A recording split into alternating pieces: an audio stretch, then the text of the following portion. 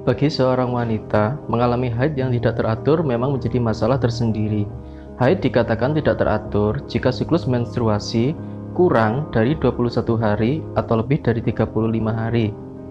Selain itu, haid dikatakan tidak teratur juga bisa disebabkan oleh darah menstruasi yang keluar terlalu banyak atau lebih sedikit dari biasanya, atau juga menstruasi terjadi lebih dari 7 hari, dan juga adanya perdarahan di tengah siklus menstruasi. Semua masalah haid tersebut masih dikategorikan sebagai haid yang tidak teratur. Pertanyaannya, apakah haid yang tidak teratur tersebut berbahaya? Haid yang tidak teratur bisa disebabkan oleh banyak hal. Yang pertama adalah perubahan hormon, seperti ketika awal pubertas di mana baru mengalami menstruasi atau ketika mendekati menopause. Pada waktu tersebut terjadi perubahan hormon di dalam tubuh yang biasanya menyebabkan haid menjadi tidak teratur. Dan penyebab yang kedua adalah penggunaan kontrasepsi jenis hormonal seperti suntik KB atau penggunaan pil KB. Dan yang ketiga adalah pengaruh gaya hidup seperti perubahan berat badan yang naik atau turun secara drastis, olahraga yang berlebihan, stres. Itu semua bisa menyebabkan ketidakseimbangan hormon di dalam tubuh yang dapat menyebabkan haid menjadi tidak teratur. Semua hal tersebut masih dikategorikan aman, walaupun haid menjadi tidak teratur.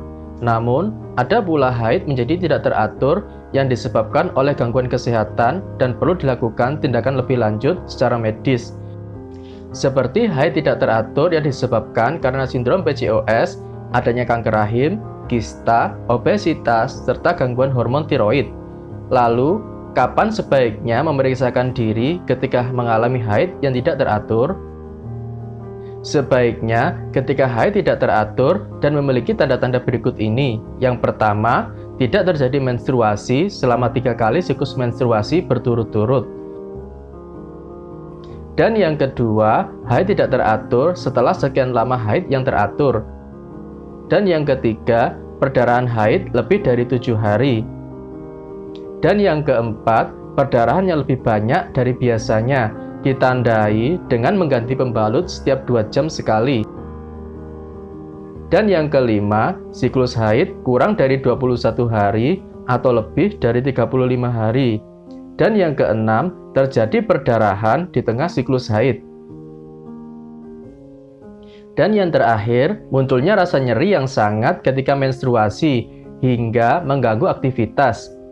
Jika menemui tanda-tanda tersebut, ada baiknya segera memeriksakan diri ke dokter kandungan untuk mendapatkan penanganan lebih lanjut.